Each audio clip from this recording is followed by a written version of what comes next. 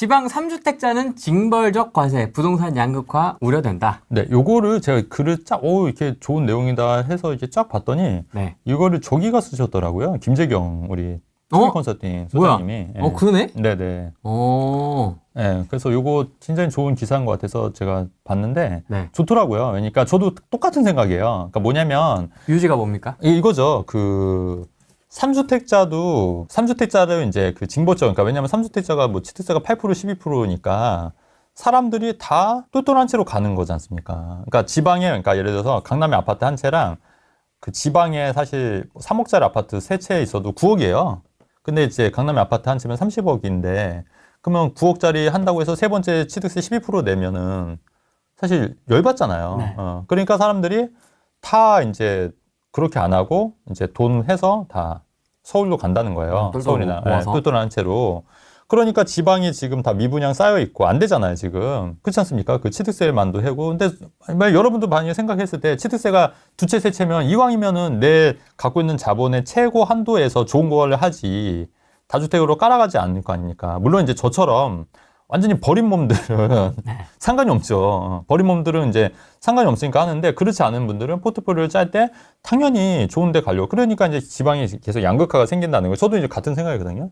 그러면 지금 대구라든가 뭐 부산이라든가 미분양 이런 거 지금 심각하잖아요. 그러면 그거를 해결을 해야 될 거 아닙니까? 네. 그러면 당연히 이런 제도를 바꿔야죠. 바꿔서 이제 해야 되는데 지금 이제 정치적으로 이제 그런 게 안 나오다 보니까 계속 이제 양극화만 생기고 있다. 이런 취지의 얘기인데 저도 굉장히 동감하고 이런 것들은 좀 정책을 짤 때 좀 세밀하게 좀 짜야 되지 않을까. 계속 그러고 있어요, 지금. 김재경 소장님도 네. 그 초양극화에 대한 이야기를 좀 많이 했는데 이제 왜냐면 다주택자들이 한번 경험을 해봤잖아요. 그 지긋지긋한 세금 테러와 그 정말 징벌적 취득세와 온갖 그 뭘 하겠다, 뭐 조사하겠다, 뭐 수사하겠다, 뭐 그것까지 했잖아요. 뭐 범죄 단체 조직죄 뭐 이런 것까지 만들어가지고 막 털려고 했었잖아요. 그래서 이제 좀 신물이 나서 다시 똘똘한 한 채로 이렇게 가려고 하는 경향들이 좀 일부 투자자들 사이에서는 좀 있는 것 같더라고요. 맞아요. 어떻게 좀 보십니까? 그러니까 그것도 맞는 말인데 제가 여러분 오늘 진짜 좋은 질문하셨고 제가 획기적인 방법을 좀 말씀드릴게요. 그러니까 뭐냐면 근데 똘똘한 한 채로만 가지 않습니까? 똘똘한 한 채로만 가면은 이제 이 똘똘한 한 채 갈 때 대출을 많이 일으켜서 가잖아요. 근데 이제 문제가 뭐냐면 이렇게 됐을 경우에 내 집이 올라줘도 다른 집이 더 오르기 때문에 갈아타기가 힘들어지는 거예요. 그래서 한 채 보유는 어떻게 보면 자산 방어가 사실은 안 되는 거예요. 그러니까 방어는 되더라도 공격적인 자산 상승은 안 되는 거예요. 그러면 최소 전략이 지금 2주택자까지는 다주택으로 안 한다고 지금 정부에서 얘기하는 거지 않습니까? 그러면 최소 2주택으로 가야 된다는 얘기예요. 최소. 그러면 제 얘기는 뭐냐면 그럼 최소 2주택으로 가기 위해서는 그때도 한번 말씀드렸듯이 내가 똘똘한 채를 막 그냥 영끌해서 살려서 사면은 사실은 이건 내가 살지도 못하고 이자나 내다 보면 끝나는 거예요. 그러니까 그렇게 하지 말고 이 집을 적정 한도 내에서 사고 남는 돈은 2주택으로 가야 된다는 얘기예요. 남는 돈을. 그러니까 똘똘한 한 채도 반은 맞고 반은 틀린 거예요. 그러니까 똘똘한 한 채보다는 제 생각은 뭐냐면 똘똘한 2주택. 그러니까 가성비 있는 2주택을 가자는 얘기예요. 가성비 있는 2주택. 그래서 여기서 만약에 대출을 끼거나 전세를 놓더라도 내가 전세금을 빼줘서 들어와서 살아야 되지 않습니까? 그러면 그 돈은 어떻게 마련할 거예요? 그러니까 그거를 이제 2주택으로 벌어서 메꾸면 된다는 얘기예요. 벌어서. 그럼 2주택으로 벌어서 메꾸면 되는 거고, 자, 그러면 여기서 이제 또 선택이 있는 거예요. 선택이 뭐냐면, 근데 나는 3주택도 하고 싶다. 이럴 수 있잖아요. 그러면 3주택은 어떻게 하면 되냐? 3주택은 제가 말씀드릴게요. 청약으로 하시면 돼요. 청약. 3주택부터는. 왜냐하면 3주택은 취득세가 8%이기 때문에, 3주택은 해도 그만 안 해도 그만인 거예요. 근데 해도 좋으면은 청약으로. 근데 여러분 생각하실 때 청약 그거 당첨되기 어려운 거 아니에요? 아니라고요. 천만에. 서울이나 이제 강남 3구나 서울은 힘들지만 수도권 이런 지역들은 청약으로도 얼마든지 당첨이 가능하다. 심지어 이제 매년도 당첨이 가능하다. 매년. 그러니까 매년 아니고 2년마다도 가능하다. 왜냐면은 1순위 되는 게 2년이니까 1년인 지역을 넣으면은 매년도 가능하다. 그래서 실제로 저도 그런 식으로 거의 매년 당첨이 됐다. 매년 당첨이 됐다. 그게 가능하다. 그럼 3주택은 청약으로 노리는 전략이에요. 근데 3주택은 되냐 안 될 수도 있고 안 될 수도 있는 거예요. 그러니까 되면 좋고 안 되면 어쩔 수 없는 거고. 어차피 청약이니까.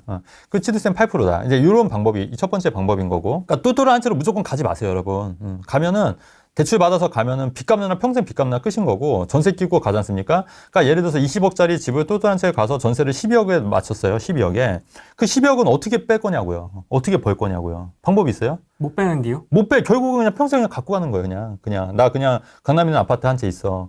그냥 전세 12억에 껴있는 아파트. 바라만 보는 바라만 보는 아파트예요. 의미가 없어요. 관상용 아파트. 그러니까 그렇게 하지 마시고 제가 볼 때는 20억짜리 그 정도 자금이 있으면, 그러니까 한 10억짜리 아파트 사시고 남는 돈을 한 5억 정도 전세 끼고 남는 돈을 또 다르게 불리란 얘기예요. 불려서 이 돈을 가지고 여길 갚아라. 그럼 들어갈 수 있잖아요, 내가.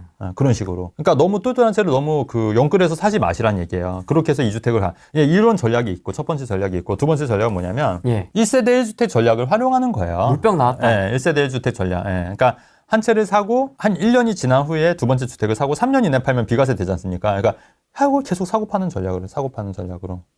이렇게 해서 3년마다 혹은 이제 이걸 팔게 되면은 계속 이렇게 자산을 해서 이제 옮겨 다니는 거죠. 옮겨 다니거나 아니면 지금은 서울 강남 3구 용산이 제어도 서울도 다 조정지역이 아니기 때문에 2년 보유만 해도 비과세 되기 때문에 내가 편한데 전세 살면서, 왜냐면 내가 여기 살면 2년마다 이사 가는 것도 쉽지 않아요, 사실. 그러니까 이거는 이거대로 내두고 나는 그냥 편한데 전세나 월세 사시고 이렇게 자산을 불리는 거예요. 일시적 1세대 2주택으로 계속 불리는 거예요, 이렇게. 근데 이제 두 가지. 이걸 우리가 또 해왔던 분들 있지 않습니까? 기존에 이렇게 퐁당퐁당을 하던 분들이 있었는데 갑자기 금리에 뭐 파이 대책에 617에 710에 하면서 막 이걸 913에 왜 이렇게 많아 아무튼 그런 식으로 이제 막 중간중간에 막 겐세이를 놓으니까 이게 막 어기져지고 팔지도 못하고 또 금리도 막 이러니까 또 그렇죠. 계획이 빠그러지고 막 이랬던 적이 되게 고생을 많이 했지 않습니까 저희가 이번에. 근데 그게 이제 그러니까 어떤 거냐면 막 이거를 뭐 3년 이내 팔아야 되는데 갑자기 2년으로 줄고 갑자기 1년으로 줄고 갑자기 실입 줘야 된다고 막 그랬잖아요.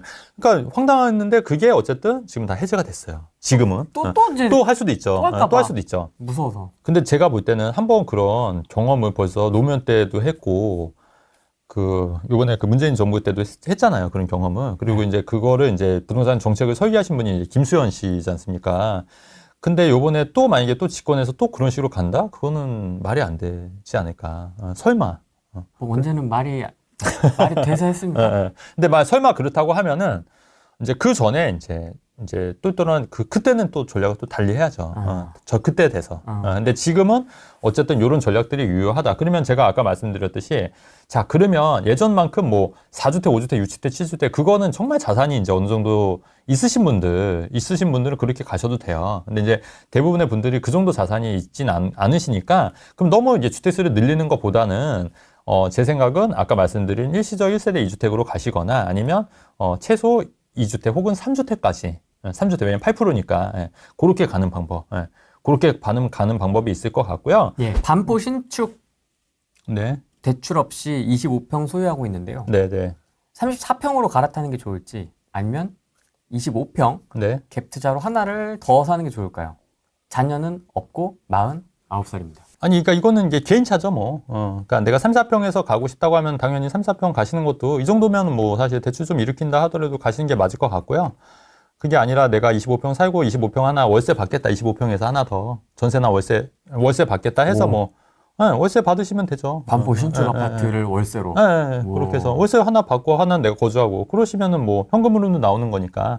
근데 다만 이제 34평은 이제 현금 흐름이 안 나오니까 좀 이제 삶의 질은 좀 떨어지시겠죠. 물론 다른 소득이 있으면 모르겠지만 이제 그런 차이죠, 뭐. 그러니까 그런 거는 이제 개인차기 때문에 뭐라고 말씀드리기가 어려운 거죠, 뭐. 반포에서 34평 4인 가족 살고 있는데요.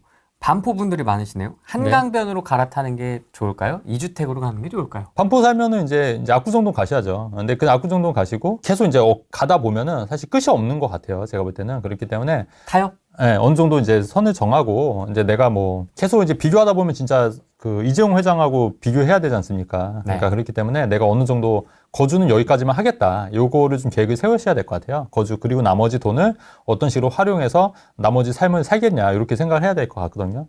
그래서 뭐 아까도 말씀드렸잖아요. 돈만 벌려고 하면 계속 가야죠. 압구정동 가야 되고 뭐 시그니엘 가야 되고 뭐 계속 가야 돼요. 80억짜리 100억짜리 가야 돼. 계속 가야 돼요. 언제까지 가냐고 하는 거예요. 그래서 제가 시간이 아깝다고 말씀드리는 거예요.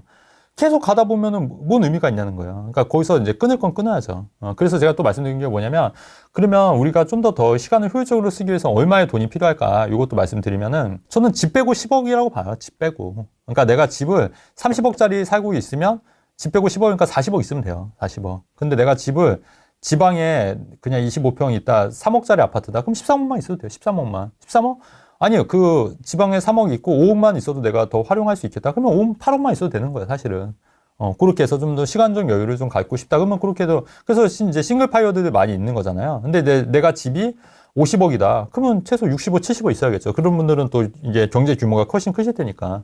그러니까 그거에 따라서 이제 그 자산의 그 내가 어디에 거주하냐에 따라서 갖고 있어야 되는 그런 자산 규모가 달라지는 거죠.